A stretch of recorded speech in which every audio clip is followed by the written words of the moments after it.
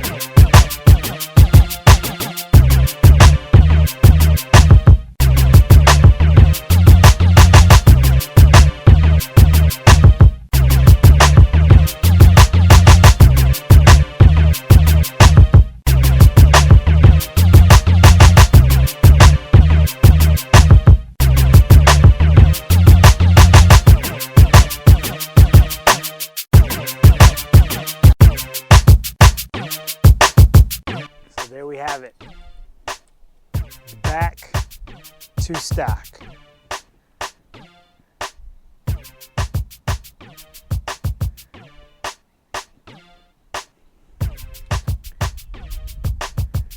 I want to thank y'all for taking the time to watch this video. There'll be others coming up where we get this NSX back to stock. Thanks for tuning in. Hope you enjoyed this video. And I'll catch you next time.